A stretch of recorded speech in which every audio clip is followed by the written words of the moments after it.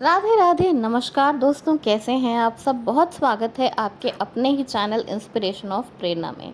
दोस्तों, बात की जाए अपनी ज़िंदगी से नेगेटिविटी को दूर करने की अपनी ज़िंदगी से हर तरह की तकलीफ़ों को दूर करने की और अपनी ज़िंदगी में खुशियों को भरने की और अपनी ज़िंदगी को लग्जरी से भरने की, तो वहाँ हमें शुक्र ग्रह को प्रसन्न करना होता है।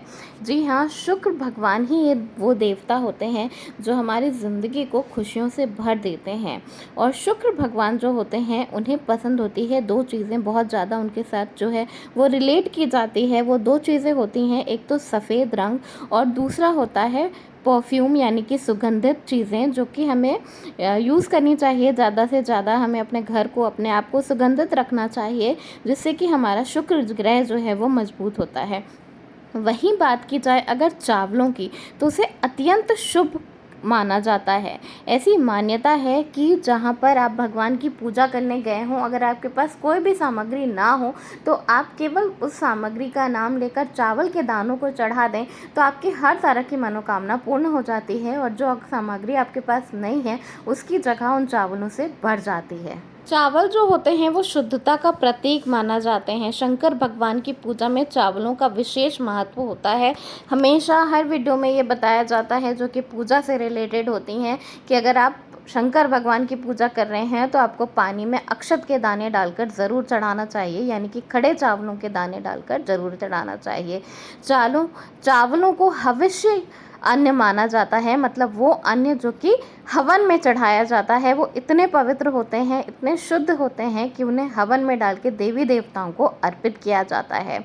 कच्चे चावल मनुष्य को नकारात्मकता से दूर रखते हैं या सकारात्मकता का प्रतीक होते हैं। इसीलिए आपने देखा होगा कि जब भी हम माथे पे तिलक लगाते हैं, किसी भी विशेष अवसर पर किसी को भी तिलक लगाया जाता है, तो उसके साथ चावल लगाया जाता है, ताकि उनके अंदर की जो नेगेटिविटी है वो बिल्कुल ही समाप्त हो जाए और चारों तरफ पॉजिटिविटी फैल जाए। इसी तरह जब आप लक्ष्मी माता की पूजा करते हैं, तो वहाँ पर भी खड़े चावल यानी कि अक्षत चावल चढ़ाना बहुत ही महत्वपूर्ण माना जाता है। ऐसी मान्यता है कि लक्ष्मी माँ को चावलों की खीर बहुत ही पसंद होती है, और वो चावल जो होने चाहिए वो पूरे पूरे चावल होने चाहिए, अक्षत चावल होने चाहिए। अक्षत का मतलब वो चीज़ जिसकी क्षति ना हो, मतलब जो कि टूटा हुआ ना हो, जो कि टूट ना सके।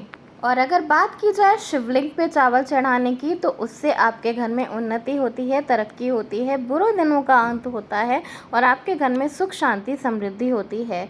दोस्तों, ये नियम बना लेना चाहिए, अपने पूजा घर में ही कुछ चावलों के दानों को रख लें और ज़्यादा नहीं, गिनकर केवल 5 दाना चावल अपने हाथों पर निकाल कर उसे धोकर और फिर शिवलिंग पर चढ़ा दें। आप देखेंगे कि देखते ही देखते आपके घर से दरिद्रता, दुख, कष्ट, तकलीफ़ें, बीमारियां दूर हो जाएंगी। आपके घर पर बाबा भोलेनाथ का आशीर्वाद होगा। उससे बड़ा आशीर्वाद किसका और क्या हो सकता है। दोस्तों, एक बहुत ही महत्वपूर्ण बात चावलों से जुड़ी हुई वो ये है कि जो चावल आप रसोई घर में इस्तेमाल करते हैं या आप रोज़ के खाने में जिस चावलों का इस्तेमाल करते हैं, उन चावलों को ही आपको भगवान को अर्पित करना है।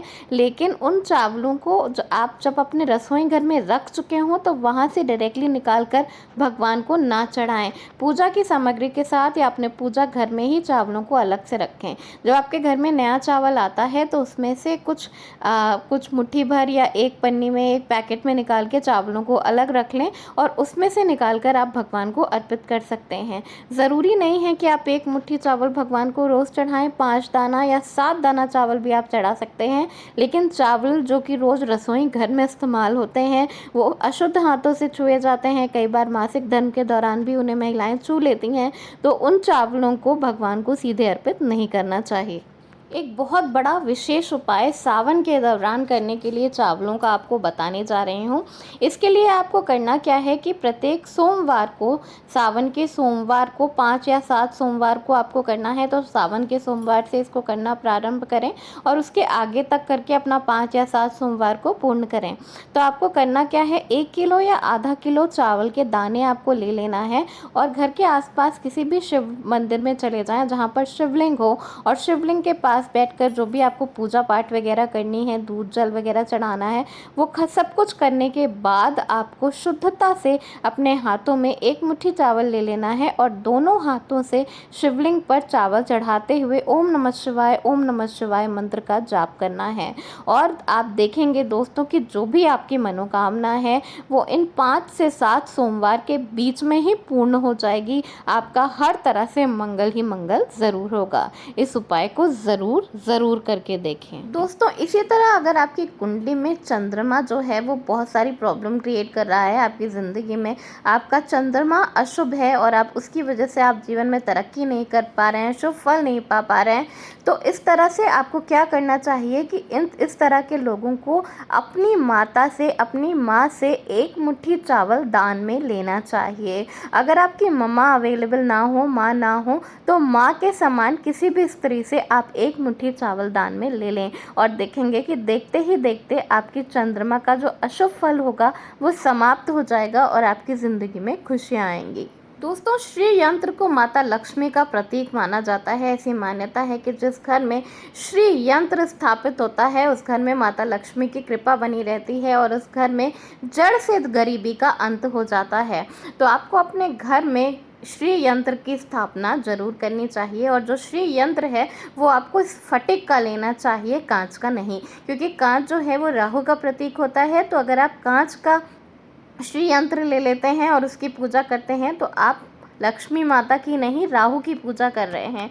तो जो विश्वासी दुकान हो जहाँ से आपको पता है कि आपको स्फटिक का या क्रिस्टल का ही देगा, वहीं से आप श्री यंत्र लें और उसे अपने घर में शुद्ध करके स्थापित करें या किसी पंडित से स्थापित करवा लें और उसके बाद हर शुक्रवार को श्री यंत्र पर चावल चढ़ाएं और माता लक्ष्मी से प्रार्थना करें। आप देखेंगे कि 40 गुरुवार ऐसा करने से आपकी ज़िंदगी से हर तरह की जो परेशानियां हैं, हर तरह की तकलीफ़ें जो हैं वो एकदम जड़ से ख़त्म हो जाएंगी। हर शुक्रवार के शुक्रवार आपको ये पूजा करते चले जाना है, क्योंकि शुक्रवार को माता लक्ष्मी देवी का दिन माना जाता है। उस दिन पूजा करते जाएं और आप देखेंगे कि आपकी ज़िंदगी से तकलीफ़ें जड़ से ख़त्म हो जाएंगी और चावल के ये छोटे छोटे दाने ऐसा कमाल दिखाएंगे कि आपकी ज़िंदगी खुशियों से भर जाएगी।